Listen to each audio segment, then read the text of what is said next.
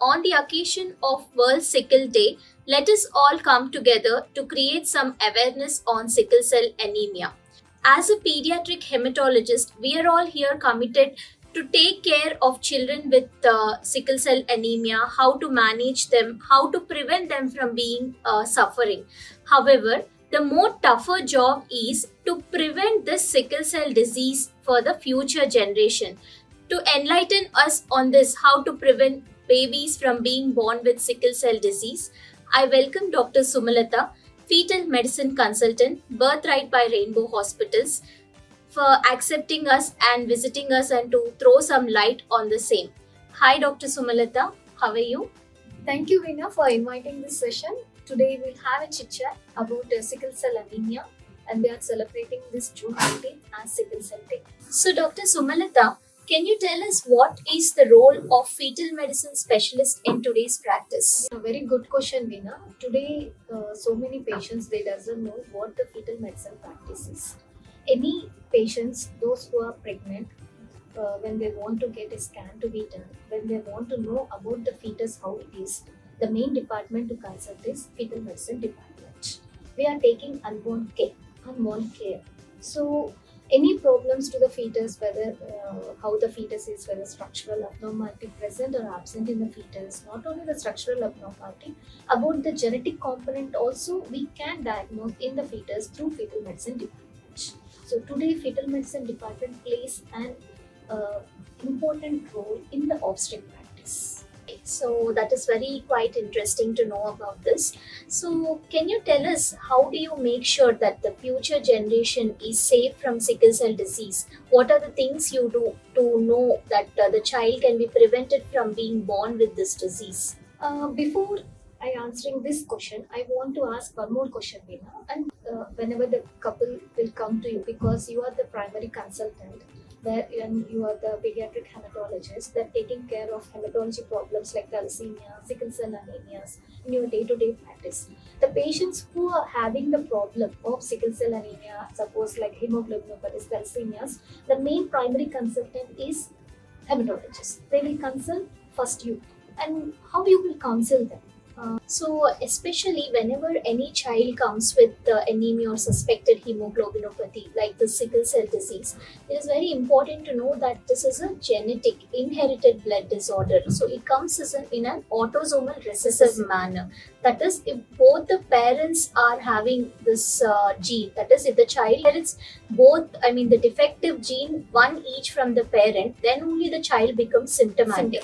If the child inherits only one gene and one normal gene and one defective gene, the child will be a trait. That is, the child will not be symptomatic, but he will be a carrier. That is, he transmits the disease to the future generation. It is very important that rather than managing this disease, we have to counsel them whenever they are diagnosed to prevent this disease in their future generations. Why? Because this is a lifelong blood disorder.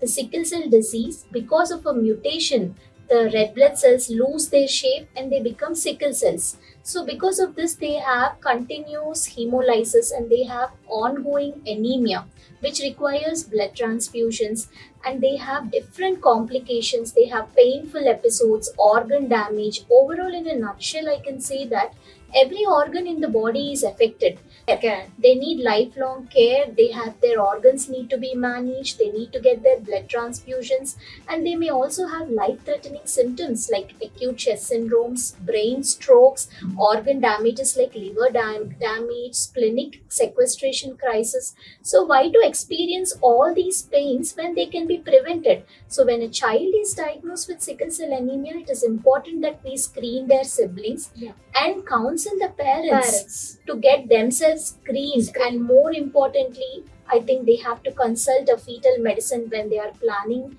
for the next pregnancy or when they are already conceived.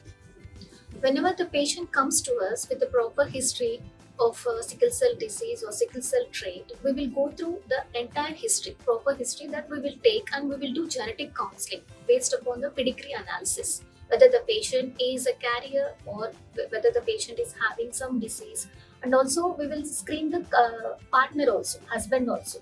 If both are like carriers, that means it is an autosomal recessive, both are carriers, there is 25% chance of having the disease in their offspring. So it's very important in each and every pregnancy we have to screen about this gene analysis in the fetus, being that we have to keep in mind that is 25% chance of recurrence in every pregnancy. As a pediatric hematologist, whenever we see the kids with sickle cell disease, when their parents plan for their next pregnancy, how early should they visit you? The ideal period for doing genetic counseling is preconceptional period. So whenever the couple you are seeing the baby affected with thalassemia, the couple wants to know about their offspring, whether the next baby is having genetic disease or not. They have to come as early as possible. Suppose they are like in the conceptional period, suppose like 6 weeks, that is also good time, because we do the prenatal testing most commonly, the chorionic villus sampling we do before 14 weeks, so that we can get the report as early as possible. By 16 to 17 weeks getting this genetic analysis report, it is time taking period, so it's always better to refer to us as early as possible, so that we can get the reports at early. They can decide about whether to continue the pregnancy or opt out the pregnancy based upon these results, because they are in the burden of having first baby with the disease. So they can decide whether to choose or whether to discontinue the pregnancy. Okay, so the best time is basically whenever we encounter a kid with sickle cell anemia or thalassemia, it is always better to keep a fetal medicine also in the same loop, so that we can also be on the same pathway and also aim to eliminate the sickle cell disease by 2047 and helping being a part of National Health Sickle Cell Mission. Yeah. Absolutely. Otherwise, I think for the parents to get motivated to go to the fetal medicine specialist itself takes some time, I feel. So once they get motivated and then they go and then they plan for the pregnancy, I think this is the way we can completely try to at least eliminate sickle cell disease. Absolutely, Veena. It's a multidisciplinary approach. What are the prenatal tests that you are offering for the couple? The prenatal test what we offer for the couple is chorionic villus sampling or amniocensus. Chorionic villus sampling that we do less than 14 weeks and amniocensus greater than 16 weeks. If we are having genetic reports and the affected baby, the index child and also the couple, it's very important to do the prenatal testing as early as possible, that is less than 14 weeks, so that we can get the report at the earliest. Based upon this, the couple can decide whether to continue the pregnancy or whether not to continue the pregnancy. So it's always important to do this prenatal testing as early as possible, that is in the NT scan period. Okay, so I think recently also we had such case of transfusion dependent anemia with thalassemia major, whose parents have conceived again, and the couple was referred to you for prenatal diagnostic testing. Yeah. So that you just called me and you just told about that the patient is having that previous baby with thalassemia. Both the parents were great. yes, And luckily you just sent to me at 6 weeks, so that I just prepared the couple about that prenatal testing, and by the time they came for the NT scan, they are in the prepared mind about the prenatal testing. So it became so easily, because your counseling has given much prior importance, because first baby they are suffering with the thalassemia, and this current fetus also they want to know about the genetic condition in this fetus, whether it is there or not. So absolutely they have just gone through these all the tests what we offered. Like in this scan we have done, the fetus was structurally normal, but being structural is not important in this case. We have to do genetic testing, and we have done chorionic villus sampling, and we have done genetic analysis report also. But unfortunately, the fetus also had the same thalassemia pattern what the first baby had, and they landed up with termination of pregnancy. so sickle cell disease is a genetic blood disorder with high prevalence among especially tribal population in India, especially high prevalence in certain states of our country, of which Andhra Pradesh is one of them. So with kids who have been already diagnosed with sickle cell disease, we are trying our best to give their good quality of life by managing them appropriately.